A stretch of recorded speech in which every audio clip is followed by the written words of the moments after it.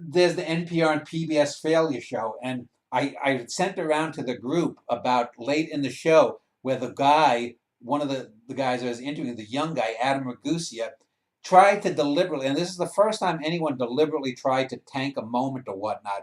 And I, at about 4 or 5 minutes into the show, just like I knew Julia Santi was whack, I knew this guy was really PC, and he does well in the show in terms of talking about the money of PBS and whatnot.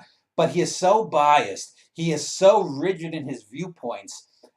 He goes off early in the show talking about, well, some people call me a PBS hack or a PBS apologist. Other people say I'm too critical or whatnot. I knew right then I was dealing with someone who was going to be an I've heard that apologist. line for pretty much any kind of middleman. Yeah, and he there's a bad interview that was once on I guess it was NPR, yeah, NPR, with this guy. What was he called? Humble the poet. Humble the poet. Yeah, I think he's black or he might be Arabic. I'm not even sure now because this was 7 8 months ago when last year when I heard this thing, and there was absolutely no reason that this guy Humble the poet should have been interviewed about anything. His writing is terrible. His website is terrible. His videos poems are horrendous. But he was interviewed by someone on NPR, not even talking about the poems, but his black. What's it like to be a black poet? And I made a very innocuous and very true statement. I said he was interviewed simply because he was a black poet. Oh no, you can't do that. I said, well, he was. He goes, if you keep saying that, I'm not going to do this interview. And he was trying to. This guy Ragusi was trying to make a big point or whatnot, and I You just basically, steamrolled past it. yeah, I just steamroll past. It's like, Dick, if you want to fucking hang up, go hang up. I'm not playing with you, little boy. And even Jessica said what annoyed him. The older fellow, Mike Spindell, was the better of the two guests. He didn't know as much inside information, but he had a much broader view of him. And he's another guy who thought What's that I did. amazing is he's what, in his 70s? Yeah, He's more tolerant of different views than the 30-year-old. I know. And the thing It's was, amazing to me. and Spindell, not Spindell, Ragusia kept trying to say, "You old guys." Now I'm about mid. You baby boomers. Yeah, I'm about midway between him and Spindell, and it's like you can tell he has all of this rhetoric, and it's the same juvenile rhetoric. And again, if I had been Spindell and Spindell was conducting that interview and he had done that, I would have ripped him a fucking asshole. I would have embarrassed the motherfucker that he would have hung up, and I would have said, "Don't worry, Mike. We'll do the show together. We'll go on without this little prick." I don't cotton to that.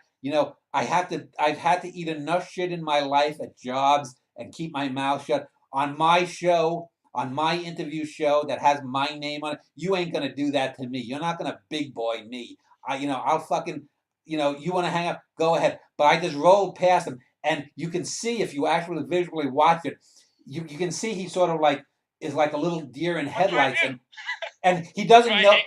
Yeah, he doesn't know. Should I hang up or whatnot? And as I'm talking to Spindell and going on, he like okay, I'm gonna play it cool and go on.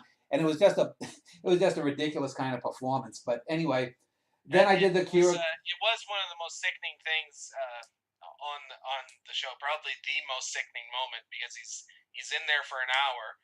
Even if he disagrees with you, and even if he wants to go to the extreme that thinks, oh well, Dan is a racist, well then destroy him.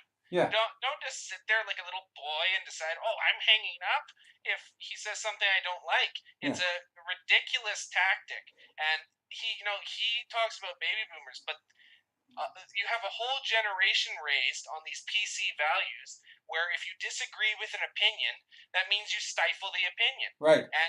And this is why it's amazing to see a 70-year-old who has probably been raised around all sorts of horrors of civil rights be more tolerant than a 30-year-old. Yeah, and it was really just ridiculous, and like I said, so I just rolled on by that. But it shows what a good interviewer I am because He also reveals a lot of his small-mindedness when you mention, and this was more funny than sickening, but you mentioned how TMZ is a gossip show like The Talk or The View or sort of these all sorts of bubble-headed nonsense, and he says, well, TMZ revealed that one guy who funded the basketball team, that he was giving abuse to his wife, Yeah. as if that's real journalism. Yeah. It's gossip. I know. It's nothing that's important.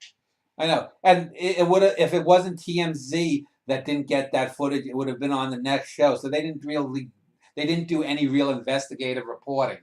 Yeah, all they are is news commentators anyway, if you even want to call that news. Yeah. They don't get any unique stories. It's stuff like that is why journalism has gone to the hell it has.